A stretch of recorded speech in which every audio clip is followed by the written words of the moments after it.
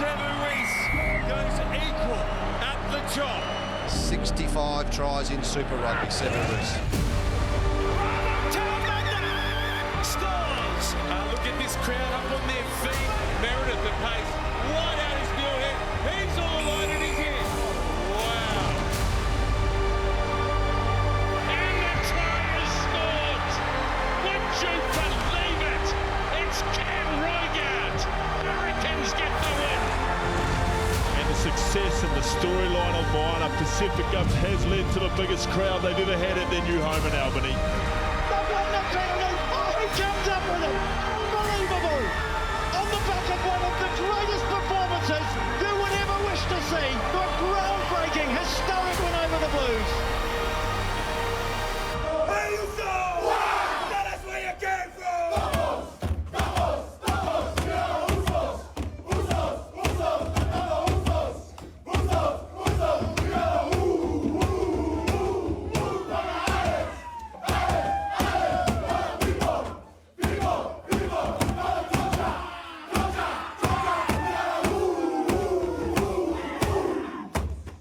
Yeah, a bad day to be a wheelie bin yesterday, that is for sure. Kia ora e te whānau, a very warm welcome to The Breakdown. I'm Laura McGoldrick, Jeff Wilson, Stephen Donald, Mills Muliaina, and our very special guest tonight, Joe Schmidt, is joining us on the show. Thank you so much for coming. Let's see what's coming up on the show. We talk all things Lions with Wallabies coach Joe Schmidt. And we change sides with Lions Kiwi assistant coach Andrew Goodman. First 15 rugby comes home to Sky, starting this week. And we have a very special Super Rugby announcement. Take it away, Laura.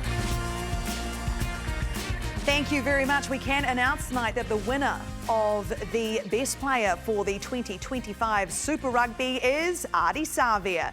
Now, I know what you're thinking. What the heck? We still have more games to play. Well, he is so far ahead of the other players in the competition, nobody can catch him. And it's voted by the opposing team captain and coach. He's got all the points and he is the winner. Let's take a look at some of his highlights. Absolutely superb, Ardie Savea. And away goes Moana's captain. A captain's play just when they need it. Savea at the moment looking to play a tune down the short side. Savea, can he get the bounce? He can! Can he score the try? He absolutely can! You hear that expression, inspirational skipper, so often in sport these days. It almost becomes a cliche, but this guy, he defines that expression. And away comes Ardie Savea, as Ardie Savea powers into the breakdown. This team's about uniting people. Not only the 09, the New Zealand, the whole Pacific, and that's what we stand for, and it's our purpose. Sensational kick down. What can he not do? It's something unbelievable we're watching at the moment as far as Ardie Savea's form. Ardie Savea, off he goes, and the goosey, and the offload. But here it is, the left foot chip and regather from Ardie Savea. This is one of the most incredible performances by an individual you could ever hope to see in Super Rugby. Ardie Savea has led his team to a groundbreaking, historic win over the Blues. Talofa lava everyone, Ardie Savea here. Just want to say a huge honour and blessing it is to receive this award. I guess I wouldn't be the player I am this year or where I am without the team and the brothers in the franchise, Moana. Just make a massive shout out to my brothers and my family. I've always said it, when you're striving for something bigger than yourself and the team, everything is worthwhile, whatever you do. And thank you to the Moana brothers for allowing me to not only humble myself, but be myself authentically. And just want to say a massive thank you to the coaches and the other captains, obviously. They're the ones that obviously put their votes in. So just want to say a massive thank you and huge blessings to you guys. And yeah, to everyone, hope you're well, stay safe, alofa aku, love one another, love your neighbour. Remember, unity. Malo. Yes, he's been incredible. It was certainly incredible last night. I love when you get to speak to him after those games that he plays. He's left it all out there on the park. Joe, you know this player very well. You've coached him. What's he like to coach? Yeah, he's great to coach. You saw the package just in those highlights. Left foot, right foot, power carries, so strong over the ball, so dynamic, and he's great glue in the team as well, just because of the commitment he makes and the leadership he demonstrates with the actions that he delivers on the field. So, champion all round. That was just last night. You just all the things you mentioned there. That's just what he did last night. Yeah. He's been doing it every single game. It's been a remarkable season. I don't think, I've seen a player who inspire a team to a place where we're not sure they could get to, and they're right there right now, Mills, for me. You think about where they've got to and where he has led them. But some of the things he's doing on both sides of the ball are just remarkable in a competition which we've said is as tough as it's ever been. And there was a bit of pressure, when it was first announced, when he was going to go to Moana, to say, hey, well, he's got to actually, step up. What's he going to do? It's a team that's sort of sat at the bottom of the table the last couple of years. His inspiration, you're right. It's not just last night. I think that probably was the best ever performance I've certainly seen in Super Rugby on an all-round sort of side of it. But every week he's had to get up. Yeah. And it's easy to look at him doing that on the field. Probably a question for you, Joe, is like, man, that leadership though, he's still got to be able to produce that leadership off it. And that's the thing we don't know, right? What's he doing so special within that environment to get the best out of these boys? Yeah, he's not a massive talker, Ardie. He's just a fantastic doer. And so he mentioned it there briefly. I don't think it's just about what he does in those 80 minutes. He trains, he takes those things he's working on in training, he takes it into the training, and he's contagious. And his attitude to improvement is contagious, and so you love it. We had a set play. I think we played it against France in the World Cup, where he looks like he's going to strike with the ball, and he does a little left foot chip over the top, and I think Mark Talia might have scored in the corner on the back of the line break that Ardie created. He's just got so many facets to it. Did he come up with that, or was it a discussion? Come on, mate. We all planned our own. We all planned our own. Can I do this? Can I do that? Yeah. We just had a move. Give it to Ardie, No, he's also that sort of player that just fits in, and he doesn't try to overplay his hand, and he's got a number of hands to play. So. It was a real privilege to just be on the periphery of those couple of years where I was involved with him. Is he a 7 or 8, do you think, Beef? Well, I was going to say, Joe's, it's not his problem as he's coaching the Wallabies, but of course, you're across the modern game. Does it really matter, in your opinion, if it was a 7 or an 8 as far as for Ardie? Not really. Yeah. And I mean, it doesn't matter who you're looking at when you're making your back three. When you're putting them together, you're just trying to get some balance. Yep. And because Ardie is so dynamic off the back of the scrum, that's great. He's so destructive as a defender when he's coming off 7. Yeah. And people probably underestimate how good he is in the line-out. He's actually so quick because he's so explosive. He's a very good line-out option. It's not a heck of a lot he can't do. What I want to talk about just briefly is the fact that, I've been privileged to see him playing Super Rugby and in and around the All Blacks, but there's been a couple of things I think have happened that have, I think, taken them to the next level. And I think one of those was when the All Blacks got under a little bit of pressure, and this was obviously, you were part of that in 22 before the Rugby World Cup. He felt as though that group of coaches and that were a little bit disrespected in the fact the way they were treated. And I think he got a bit of the chip on his shoulder. That's the sense I got from him. And then he all of a sudden took this game to the next level. And every game had a real purpose. He was good before that, but then he becomes World Rugby Player of the Year. And I think he's done a little bit of that with Moana Pacifica. He's wanted to perform so well for this group. The fact to prove they belong in this competition, that they're competitive. He's had that fire, and you've seen it every week. The fact every time there's been a big moment, like there was last night, that all of a sudden that's his drive, and his competitiveness has really come out. And that's something to be admired, the fact where he's found something he's really passionate and wants to fight for, and inside the white lines, he'll do anything for it, and that's the sort of man you want wearing an All Black jersey. Last night, TJ said multiple times that in his time watching Super Rugby, being a part of Super Rugby, that was the best individual performance he has ever seen. Would you agree with that, Mills? You were there. You were both there. Oh, I think without a doubt. In my opinion, and what I've sort of seen, you've got players that have come across and predominantly backs and scored lots of points. But in terms of the stuff that he did last night in every sort of facet, off the ball, on the ball, kicking, passing, even tackling, every part of it. It was like you're going to a schoolboy rugby match and one guy stood out. Last night, that was Ardie Savea amongst some of the great guys and some of the All Blacks and legends of the game. That was him last night. He hit one of those spirals better than you ever hit one, Beaver. Let's be honest. That's not saying much. It's gone 55 metres. Like, there's a turnover, he gets in and goes, I've got to kick it to space, clear our territory, and it is gone. Yeah, I mean, I want to see him master the wounded duck before he starts getting sort of put in the same bracket as myself there, Goldie. I mean, but this is a special talent. And Joe, I mean, it's fascinating to talk about all of these aspects, all the things he's doing. But sometimes there are players, you just need to get touches. Do the All Blacks need to find a way maybe to use him more? Oh, I hope not. And how do you put him in a position, particularly against you? Come on now, because I mean, you'd say no, not against us, but against everybody else. How do you get him involved in a game when he is playing and making such good decisions? Yeah, again, Ardie, I don't think he'd enjoy our discussion at all. He's pretty differential. As he mentioned, thanks to the brothers in the Moana Pacific team, thanks to the coaches, he does defer. So he just gets on there and leads. And I don't think you have to create too much around him because he gets there and it's pretty organic sometimes. As you mentioned around the kick. That probably wasn't a set play by Moana, but he got it and nailed it, probably 55 metres. So, well, let's move on to you personally now. It's a big year. We're still getting used to you in these colours. Mills was really upset at a particular scarf you were wearing last night. That's neither here nor there. I wasn't upset. Just you said it didn't look good. You weren't a fan. It didn't look like a Joe Schmidt. And that's not to say, hey, that's great now, mate.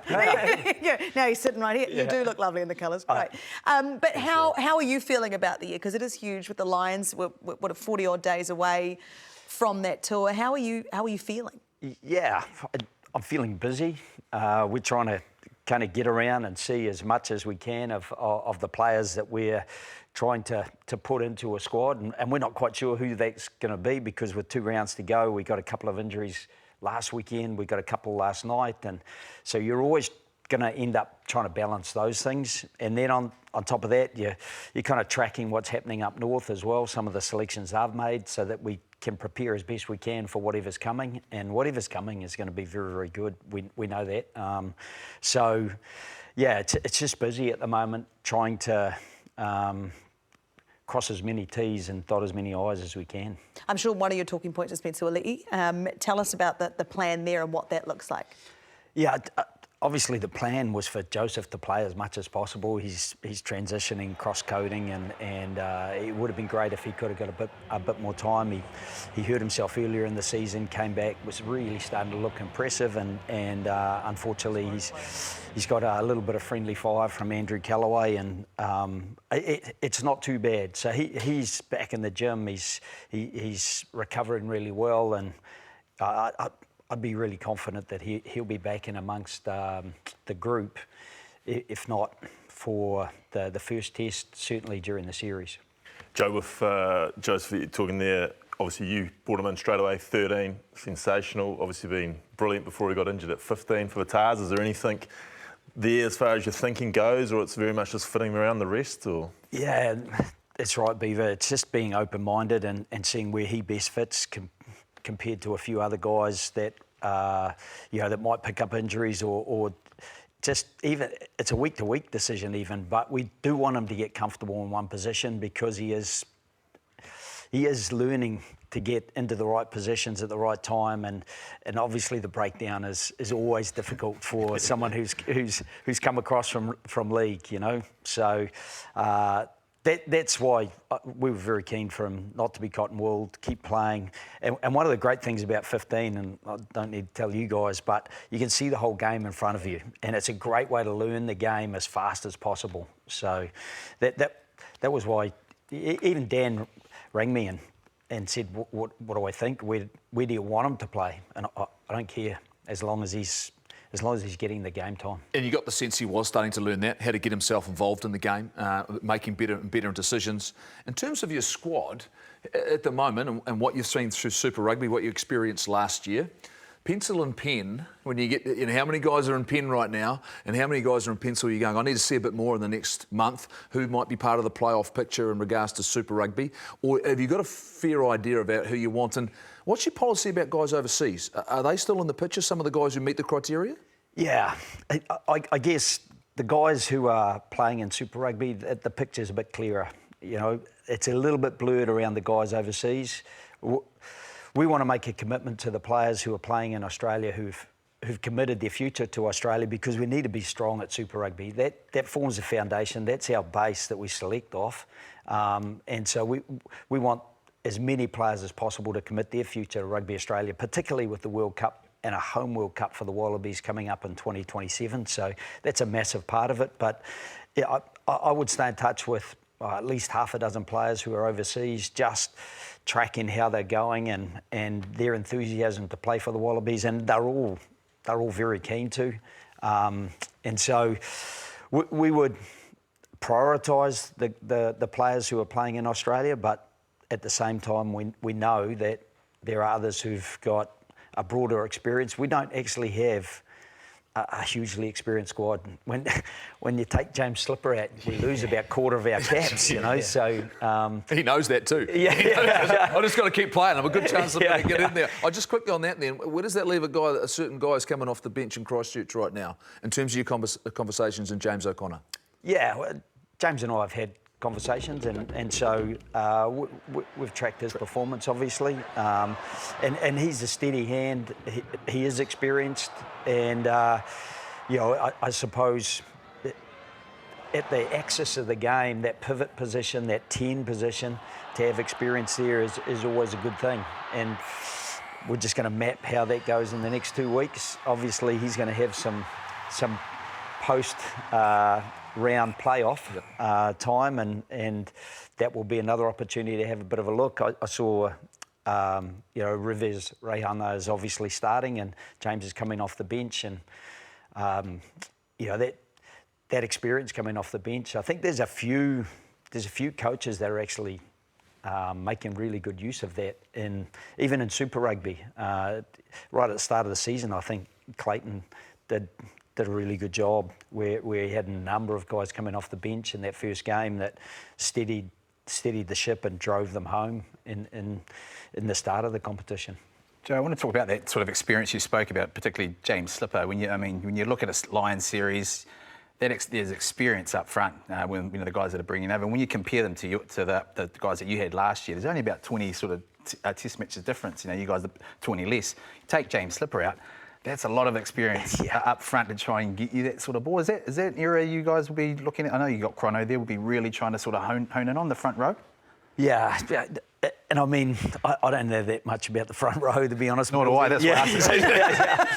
Table, it's not a strength of the table, to be honest. I reckon actually, I'm glad you've asked. It's a dark place, and it's certainly nowhere that I've been, but that's where having someone like Chrono, he's so good, and the experience he brings and the confidence he exudes, that ripples into the players, and they get confidence from his ability to connect with them really well, and also coach them incredibly well. So, Slip's even.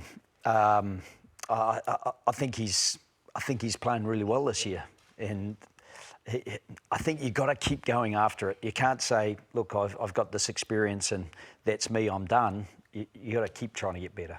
I want to just ask you quickly about the style of rugby that this Lions series might present, because I heard you talk about the fact that you think they might come down and play, and clearly the way you're going to want to play is to try and score points. I mean, that's something that, there's been the strength of Australian rugby, but defence has won the day for a long time in rugby, probably the last dozen years. If you think about the last 3 Lions series, and I've got a graphic that I want to go and show, because if you look at here, there's the World Cup finals are the ones, the All Blacks versus South Africa, South Africa versus England, and New Zealand versus Australia, which was a little bit different. In fact, it was 5 tries scored, but in the last, as you see there, 10 years, since 2013, the number of tries being scored, the points, total points in games has reduced significantly when you start going from 40, 44, 36, 23. That's not a lot in tight games when you're talking the best of the best.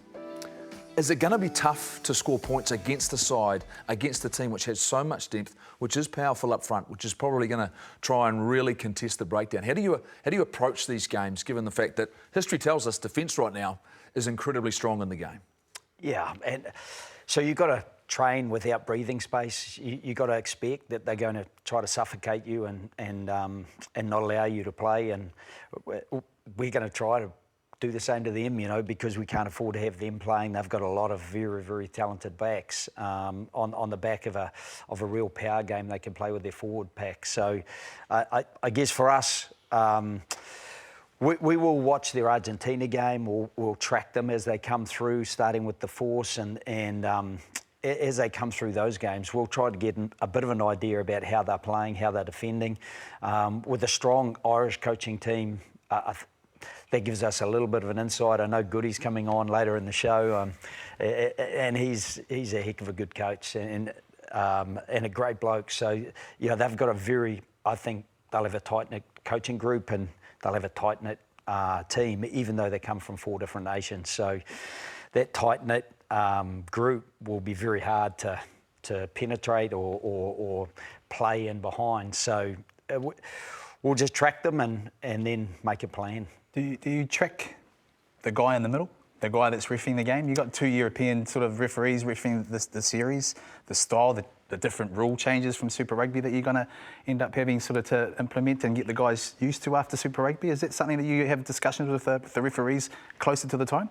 Yeah, less with the referees directly, just trying to make sure that we've got a bit of an idea about what their defaults are, just like a player. So we know that if Andrea Piatti is penalising more often the defence at the breakdown than the attack, then we know that we've just got to be careful and give them clear pictures if we're going after the ball. Just tracking trends, because we don't want to be distracted by it either. Yeah. You know, as I said, there's enough coming without being distracted by the guy in the middle. So we'll be trying to get our stuff right, and it is a little bit of a factor though. Yeah. When you ever look at the Australian teams in the Super Rugby comp at the moment, how confident are you there'll be some at the pointier end of this competition from what you've seen? Yeah, well, the Brumbies are on top at the moment. They do have 2 teams right behind them that have got a game in hand that could potentially leapfrog them. I'm grateful you're talking about that, because Beaver's been ignoring the Brumbies. He's not confident. I forgot they were there as a Crusaders fan. So. They're a team that are always there. Exactly, they're always there. You don't think they can be there at the pointy end. I mean, what is it that you... Look, I'm not going to say it in front of Joe. But genuinely, when you look at the way that they play, they've got the style of game that they came to Auckland and they beat the Blues. Have they got the style of play? The Crusaders and Chiefs are setting the standard right now. They've got the game? Yeah, I think they've got the game. Their set piece is good. I think they've got some good options at line-out time. Obviously, they've got a number of the Wallaby guys in that pack, and then on the back of that, they've got a number of the Wallaby backs as well. So, you know, I'm really hopeful they will be. I would never be overconfident about anything, any team that I'm watching or involved in, and I know the strength and depth that the Kiwi teams have. You know what?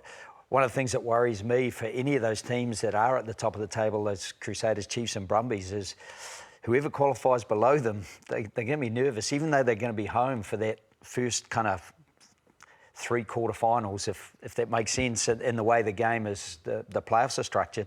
I think everyone's going to be a little bit nervous about what could come through. And just because there's strength and depth, you know, and you talk about defences, but on average, there's an extra try scored in every game this year as compared to last year. There's 5 more attacking kicks. There's 27 more tackles that in a game are happening. Therefore, teams are playing and forcing teams to make a lot of tackles. We saw, you know, I think last week the Force made 326 tackles against the Brumbies because the Brumbies kept the ball, and I think they ended up making about 93. It's incredible.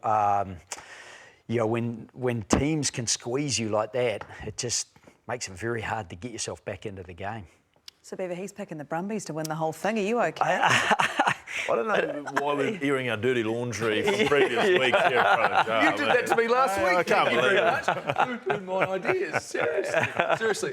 Sorry, I just got to ask, because I know it's probably not something that you think about later on, but you initially said you were going to finish a bit earlier, and now you're sort of transitioning when Liz sort of comes on. Do we know a date there, or are you going to announce you're going to stay on a bit longer? He's hanging around at headquarters. No, it was just that Les wasn't available to take over, and I think there were a couple of other really strong candidates, but once they opted for Les, and Les and I would be pretty good mates. We coached together, and you know, I wanted to try to help them facilitate that.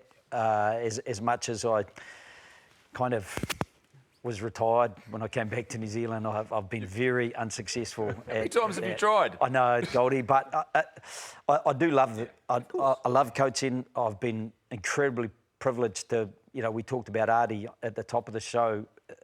I've been privileged to work with guys like Ardie, and even these two guys had to suffer a little bit of my coaching, unfortunately.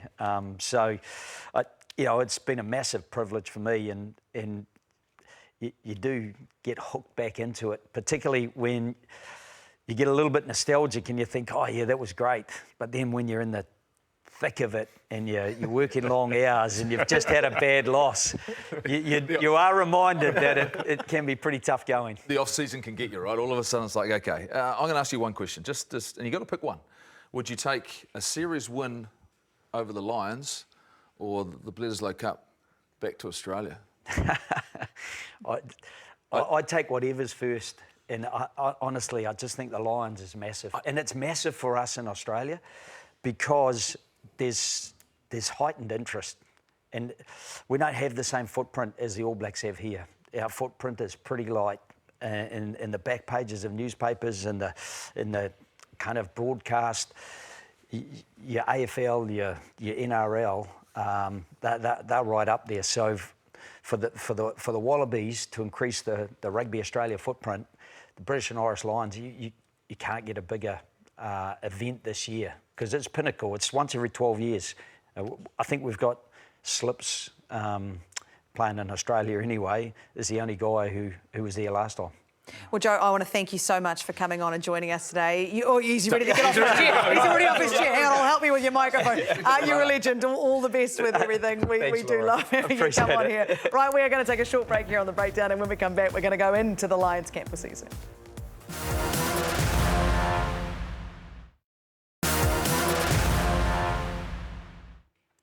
Welcome back to The Breakdown. Thank you so much for joining us on your Sunday night. So I'm still joined by the fellas, and we are now going, after having Joe Schmidt here, and I'm sure he was listening very intently as he was waiting so patiently to have a chat to us. We have got Andrew Goodman, who is, well, our insight into the Lions camp. He's gone from Tasman, Crusaders, Leinster, now the Lions. Andrew, thank you so much for joining us. What a spectacular rise to this new challenge. Does it feel like a bit of a whirlwind? Yeah, crazy really to think, just 2 years ago we made the big move with the family over here.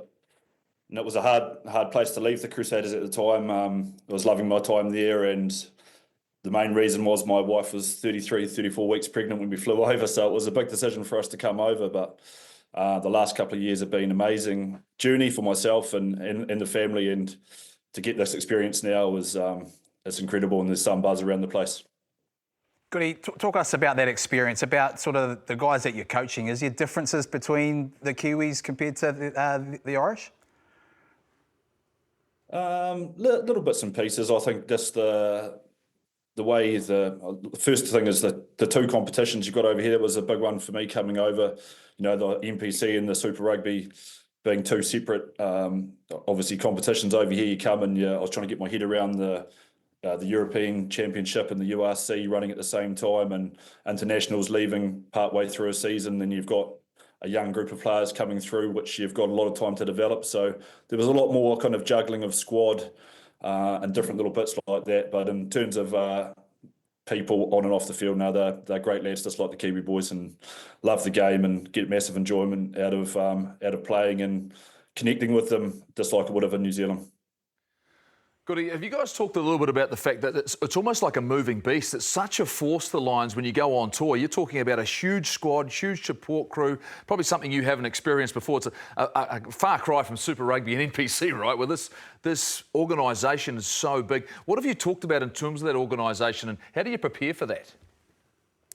Yeah, well, it's funny, we've just had our first kind of staff gathering here in London last night, and the staff is huge, so getting around and learning all the names, and we've got all the players coming in for the first time today as well, so it's going to be great to meet some of those lads for the first time. Today they've got a bit busy day, fittings and headshots and all that kind of carry on, but hopefully have a time for a pint later on and get to start to know them. Yeah, but as you said, like just the buzz around the Northern Hemisphere and with all the people that are travelling over. I think our travelling party is 90, but hearing the amount of supporters that are coming over to Australia, I think especially after the COVID 2021 tour when a lot of people couldn't travel, so there's definitely an extra buzz around getting over to Australia this time, which will be great for the game.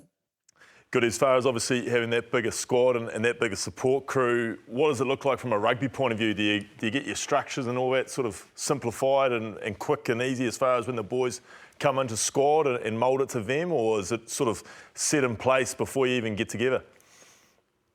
So as a coaching group, yeah, we've had a couple of months now, Beaver, since we've been named, so we've obviously had a few connection points, and like as you know, the 4 unions coming together, we've got an incredibly exciting bunch of players, but come Test match one, it's going to be about the cohesion of the group and the collective, really. So we've got to, like you said there, we've got to get some simple structures in place which allow the individual to shine, but the individual will shine if we're really clear around alignment and how that looks as a group. It's attack and defence, and against a Wallaby team that's on the rise. And just listening to Joe there, someone who had a massive influence on my career as well, it's going to be some series.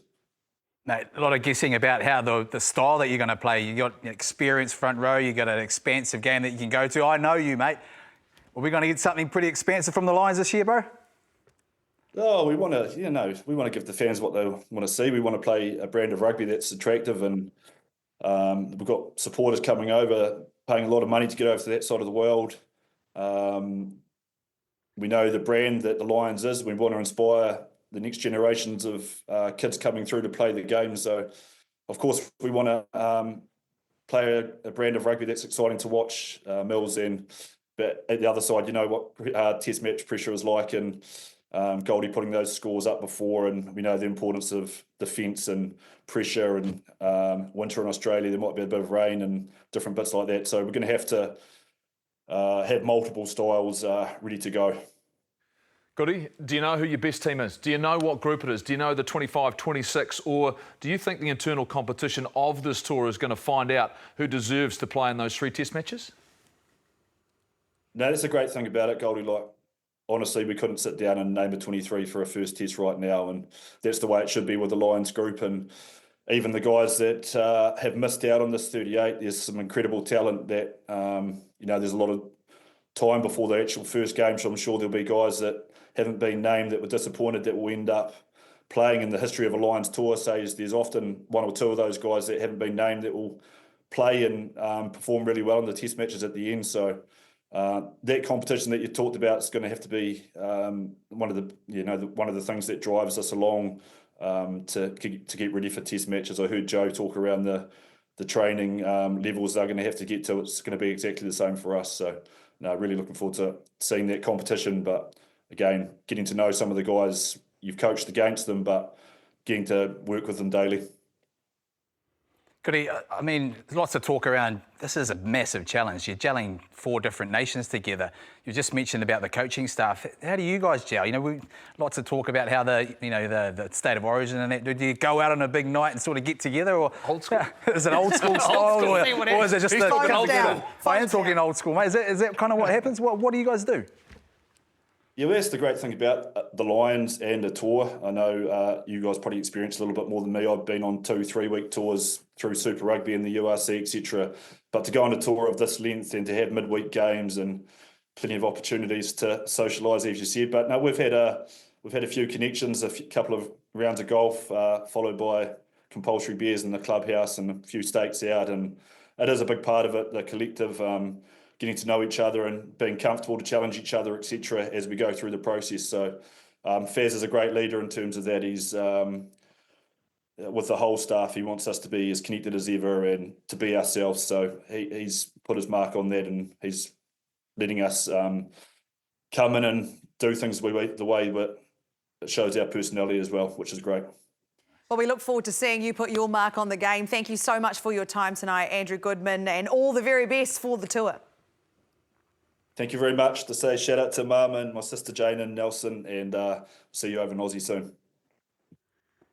I love that. I love when they thank Mum. I think that's really important. Awesome. And the sister, great stuff. And don't forget, all of those Lions games are live and exclusive on your home of rugby, of course, Sky Sports. So you won't miss any of that Lions series, and it's going to be a goodie. I have a question for you, because my first real experience of knowing about the Lions and understanding it was working on it in 2017 when it was here in New Zealand. So how do you go into a room and explain to these young men coming through, these young Wallabies, these young boys coming together to be part of this Lions, the history of it, how special it is, the touring party, 90 people, for goodness sake, he's talking about. How do you explain to a young man who perhaps wasn't old enough to remember the last time, that there was one of these tours? There's the odd documentary around and behind the scenes, and there's no doubt it's changed in professionalism, but they are an organisation that they're a movement. They understand the impact it has, not just on their own rugby, but where it is they're touring, and we're talking so much about it because we know how critical it was when they came to New Zealand and how close that contest was here at Mills. Everything went down to the final moment, and that's what I'm hoping for this series, is the fact that the Wallabies can find their best rugby, something they probably haven't had for 5 or 6 years. They haven't been there. We know their last World Cup wasn't great, but Joe's come in and there's optimism. Let's hope that optimism comes to the fore, because it'll need to, because they'll be very good. They will be, and that's the big thing. I mean, I was part of it in 2005, and you're seeing 3 busloads. 90. He's saying 90. I mean, it's more staff on than there's players, but also the connection. You got 4 great nations trying to come together, pick your best sort of side to go out there and play a team that's already sort of been moulded in the Wallabies, and it's a great opportunity. There's controversy. There's everyone that sort of comes in, and the tourists that come with it. But also the fact that, man, on a global sense, this is massive, and it's such a good timing for the game. With the World Cup coming up, the Wallabies, where they're at, and also now the Lions coming. This is going to be a massive series. Yeah, 3-0 to Aussie, you reckon? 2-1. Well, I was going to let him know your thoughts. I don't know. Well, he was listening. He had a name. But I mean, the thing about the Lions tours is you got the rugby side of things, but it takes over. Obviously, we're a smaller country in Australia, but it literally takes over the country. It takes over cities wherever the fans are going, the economic boost. And I guess we had the 211 World Cup, and then we had the 217 tour, and it just went bananas. Everywhere they went, they just took over the place. And I mean, Brisbane and Sydney, those cities will know that there's a Lions tour. And Joe's talked about the footprint that the rugby has at the moment. Like, that will certainly get them on the front pages and get them on the lead articles of the news if they go and get my 2-1 for me. Or 3-2-1, hold on. Or 3-0. Downgraded to a 2-1. Like a win's a win. Okay, all right. Okay, I'm hearing you. Okay, I'm enjoying this. Right. So we talk about young men, stars of tomorrow, and Sky had a very huge announcement which came out on Friday. That first 15 is making its way back onto our screens. The tradition,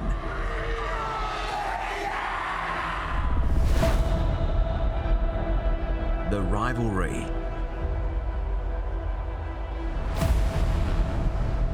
the supporters, the crowd's gone nuts.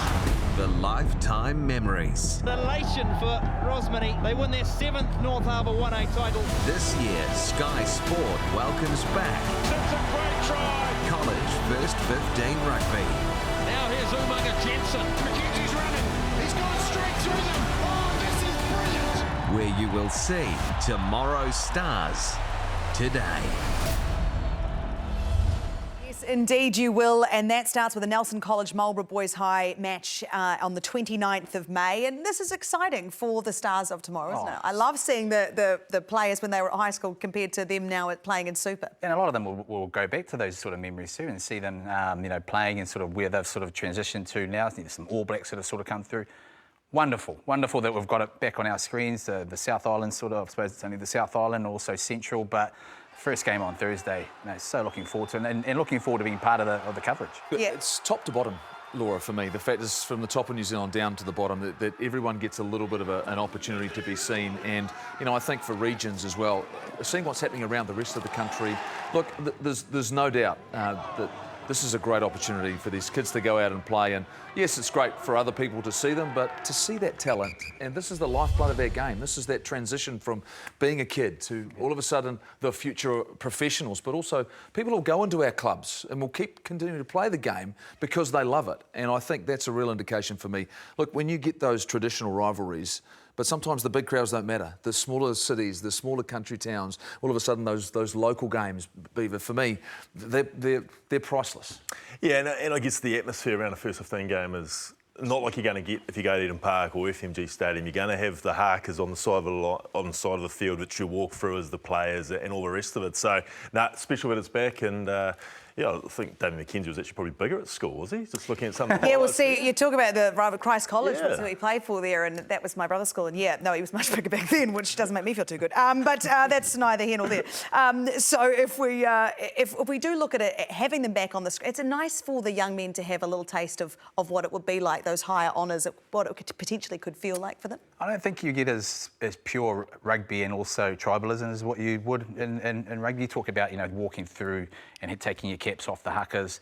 I went from Invercargill to play down in Invercargill, and that's what you do. Came up and Kelston boys had a rubbish bin out that they were beating the drums on the sideline as part of their sort of get up. So it's that stuff that you sort of you don't really sort of see on the screen. So loving the fact it's back on, the culture around sort of first 15 rugby, but also it's back on our screens. And I know, you know, there's an element that Auckland aren't, the 1A are not, because, you know, it's talked about a lot that the 1A are not, but it is. I mean, it's a unanimous decision between those sort of, you know, 12 sort of teams, and my understanding is 3 of them are not wanting that on. So, hey, and that's their call, but hopefully, you know, along with the rest of the country and the other 9 teams, they might jump on board, or perhaps sit not. back and enjoy what's some really good fun rugby, because that's exactly what it is to watch. It absolutely is, and that, of course, starts, as I mentioned, the 29th of May here on Sky Sport, your home of rugby. Right, we're going to take a short break, and when we come back, we'll take a look at what's coming up in the weekend.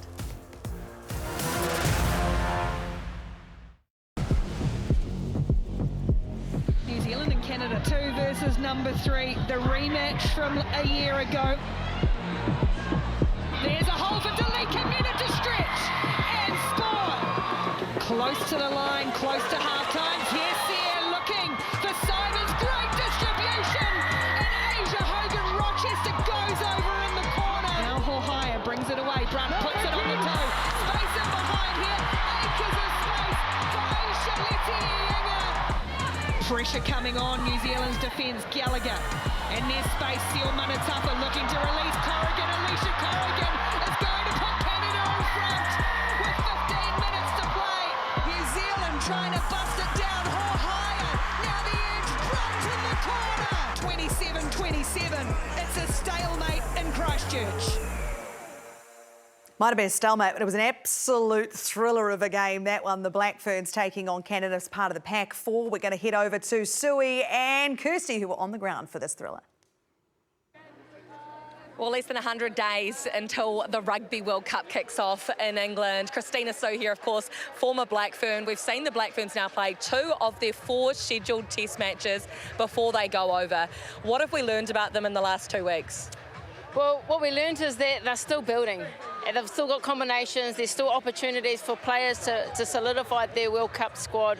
What we know is that before going into their first test, they had a trial and then they had 1 week to get their game plan together, which it was a little bit rusty at times last week, and then today, a much better improvement. Are there players that you are seeing that have cemented their spot, not just their spot in the squad, but their spot in the starting jersey? And I'm looking at players like Braxton Sorensen-McGee, the youngster at 15, who's came out of nowhere this season. Sylvia Brunt, another, playing at 12. Have they cemented their spots? Oh, look, Sylvia Brunt had a massive game tonight. She was immense for them. Her decision-making, tactical kicking game, she's solid on defence. You got the likes of Teresa Setefano to come in, and then obviously Stacey Waka can play at centre, all on the outside. They've had good performances for their first 2.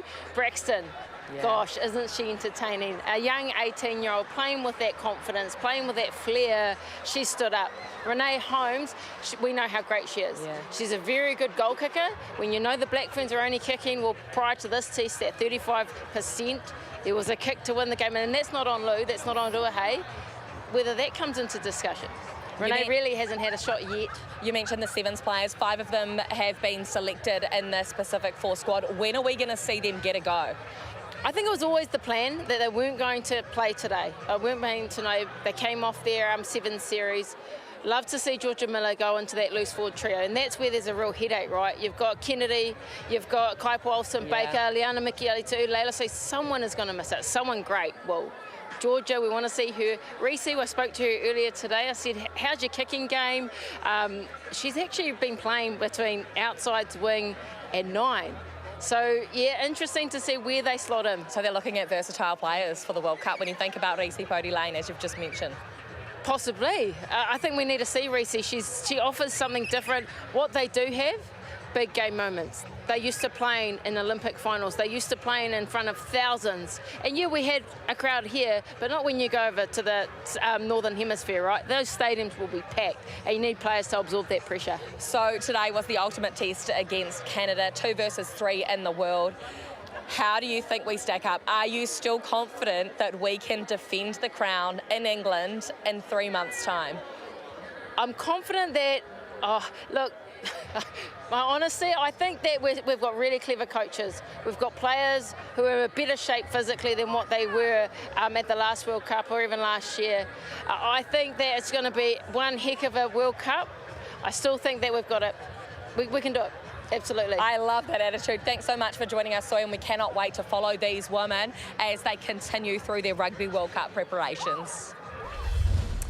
Yes, thank you, ladies, very much. And those World Cup preparations, they do continue. They, of course, are playing USA at North Harbour Stadium on the 24th of May. There's a QR code. You can scan that and get yourself some tickets. You want to get in there and join in the fun, because it was an incredible game down in Otatahi, Christchurch. So, speaking of incredible games to watch, Super Rugby is getting very spicy. There's a lot of interesting games, actually all interesting games, really, as we hit this week. What are you looking forward to most, Jeff? Well, the last 2 rounds, every game's going to have something to do with position or in terms of qualification and making the top 6. So the Highlanders, who are desperately unlucky in Wellington, they take on the Crusaders in Christchurch.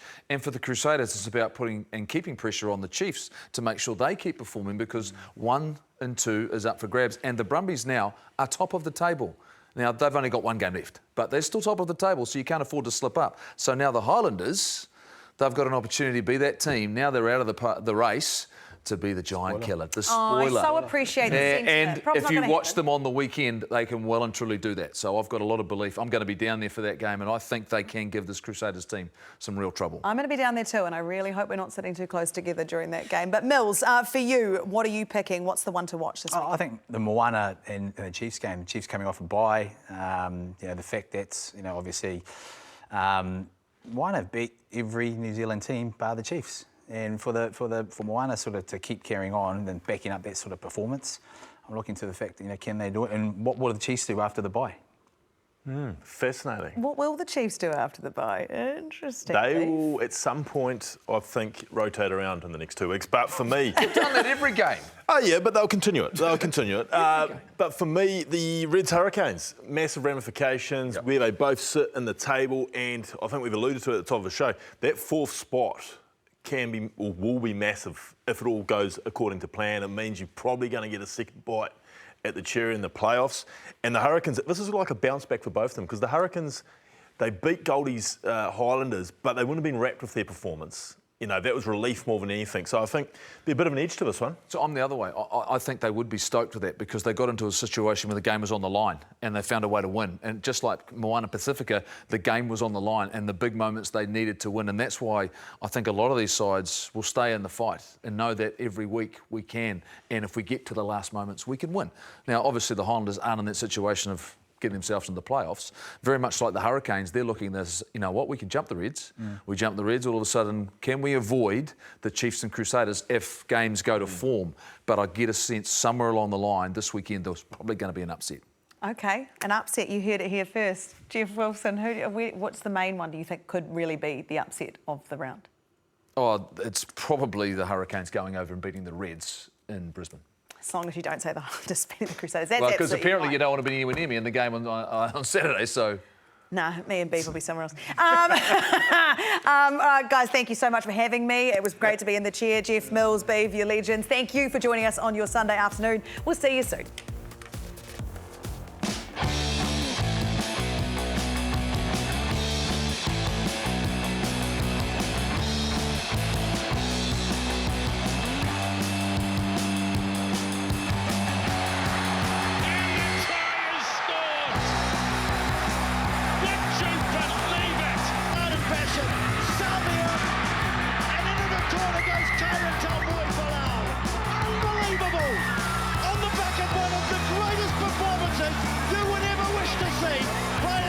Ardie Savea has led his team to a groundbreaking, historic win over the Blues.